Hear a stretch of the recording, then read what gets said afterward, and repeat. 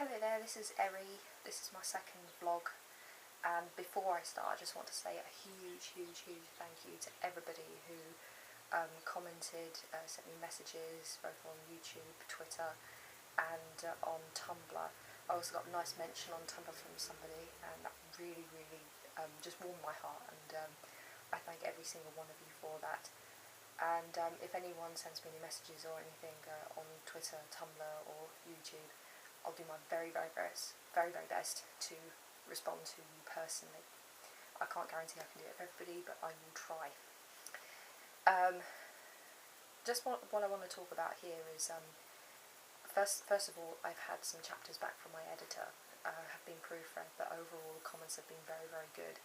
Only a couple of line-by-line edits. I'm really happy, and quite a lot of the chapters I sent over were my first drafts, not even proofread myself, which really surprises me. And because usually I'm a perfectionist and I go through everything. So I'll keep you updated about how that goes, but I've got to do quite a few more chapters before the book is completely finished.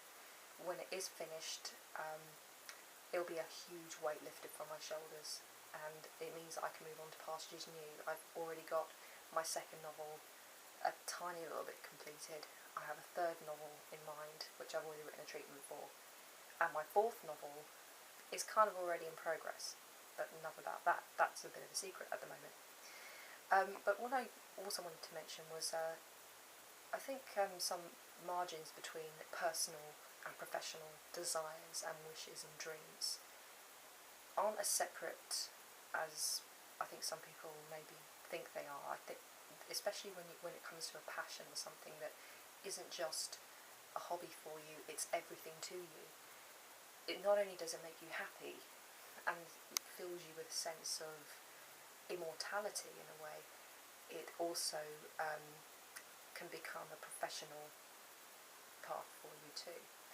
So if there's something that you love doing, if you're like a risk taker and you love climbing and jumping off things and parkour, skateboarding or whatever, you can become a professional stunt person, or you can make videos and sell them on. You can teach how to do it, and there are many ways you can do it. Take something that means something really personal to you. You can make money from it, but a lot of the time, if it's something that really makes you happy, like with me with writing, money isn't always an object. For me, writing is something I love doing, and I don't care if I don't get a penny for it. As long as I can get my work out there and people like it, that's the best reward I can have. Just someone saying to me, Eri, I like your work. That's the best thing anything can happen to me in that sense. What I also love about writing is not just the fact that I get to chillax. I get to sit with a cup of tea, get to type away on my laptop and share my stuff.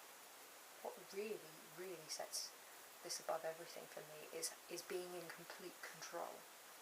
I've often wondered what it's like to be an actor, where you become a different person for a certain period of time, having to get into character, do your research, learn your lines. You get to say things you normally wouldn't say, be a person you aren't.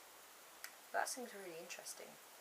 But for me, if I were writing a play, TV show or a novel, what I love about it is the fact that I can do absolutely anything. When you're a writer, you are deity. Essentially you are God in your own universe. And it's amazing that this small thing called a cranium here can be as big as the universe. A bit like the jewel in Men in Black. Tiny little jewel, massive expansive universe. Reminds me a bit of the game Spore, where you can just pick your planet with whatever look you want, pick your creatures, but you still are kind of restricted in a way on what the landscape looks like, how things unfold. You've got these parameters that you have to work within. Yet when you have a piece of paper, or if you do it on your laptop or computer, what you have is a complete blank void. You can fill it with anything. You can put the colours in there yourself. You're in absolute, complete control. It's total freedom. If you want something to happen to you in real life and it's not happening, write it down. Make it happen in here. The imagination is extremely powerful, And everything that we see is spawned from someone's imagination in some way, shape or form. Like, I wrote an article a few years ago, which has never been published, I just wrote it, which is basically that every single item in this world, even if it's just a little wooden chair, or something that we see at the Tate Modern like an unmade bed, the point is that somebody must have thought that up somehow. Can that not be called art? Can that not be called creativity or creation? Of course, you use the materials that are already there.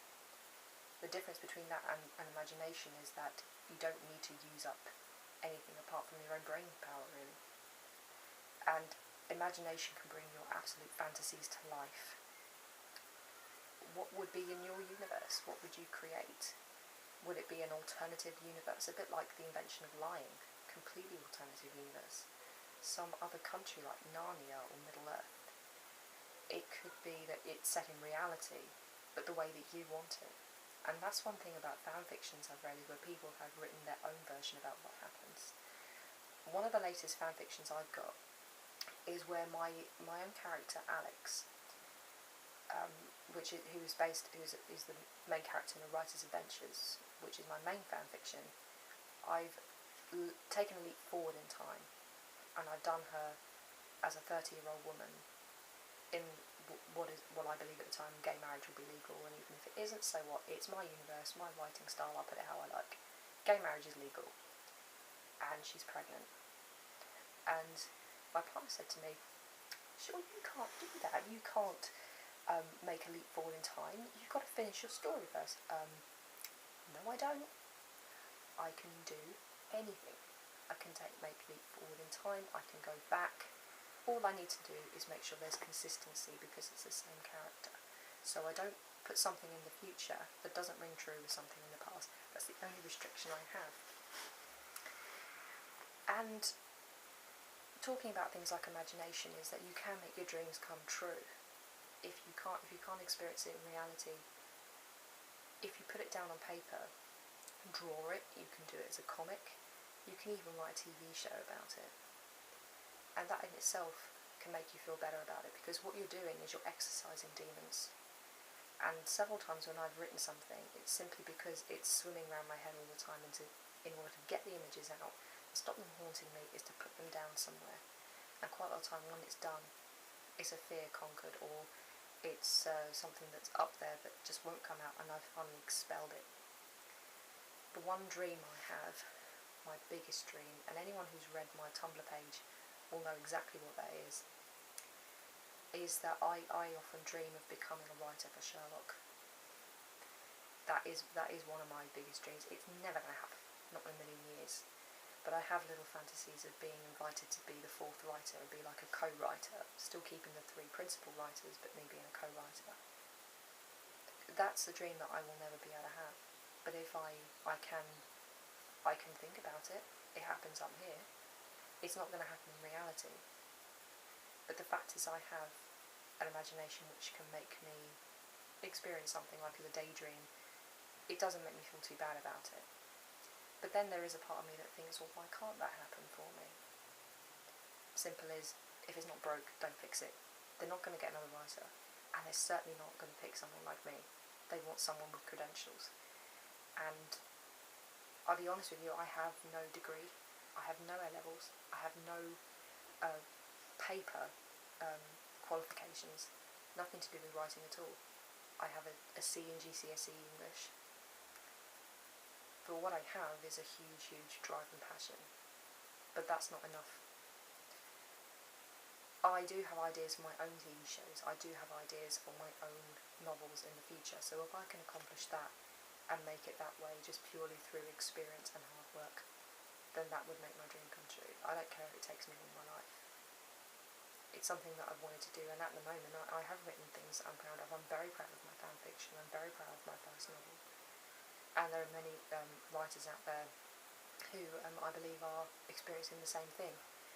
It can be very, very lonely being a writer. It can be very disheartening when you say to somebody, oh, could you read this for me? And they go, yeah, and they don't.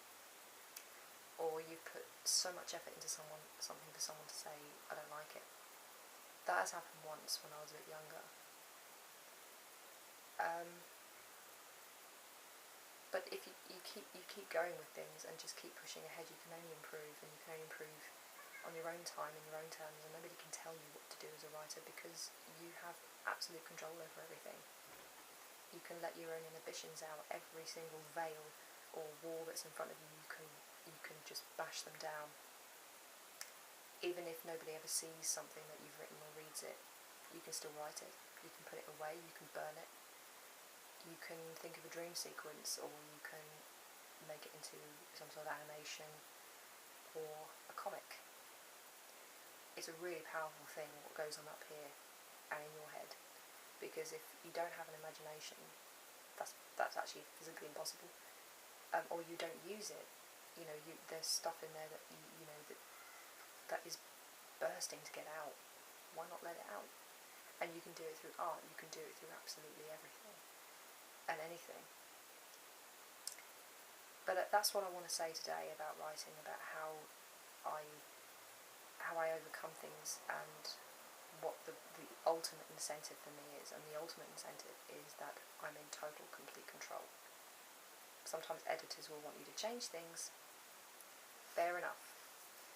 But when you sit there at a desk or on your bed or on the floor or whatever with your laptop, with your notebook, you're at the helm. Nobody can tell you what to do. You're on your own, but there's a liberty in being on your own.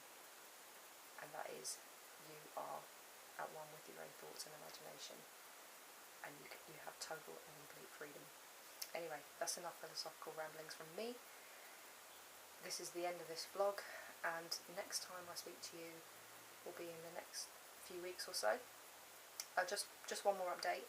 I was going to go to a seminar today. Couldn't go. A writing seminar. Personal circumstances meant I couldn't go. But at least that gave me an opportunity to do this vlog for you. And I really hope you like. If you want to tweet, whatever you want to do. If anyone wants to say anything or comments, if you've got any questions for me, I will be happy to answer them within reason about their subject matter at my next vlog. So, goodbye. I'll see you later. Bye-bye.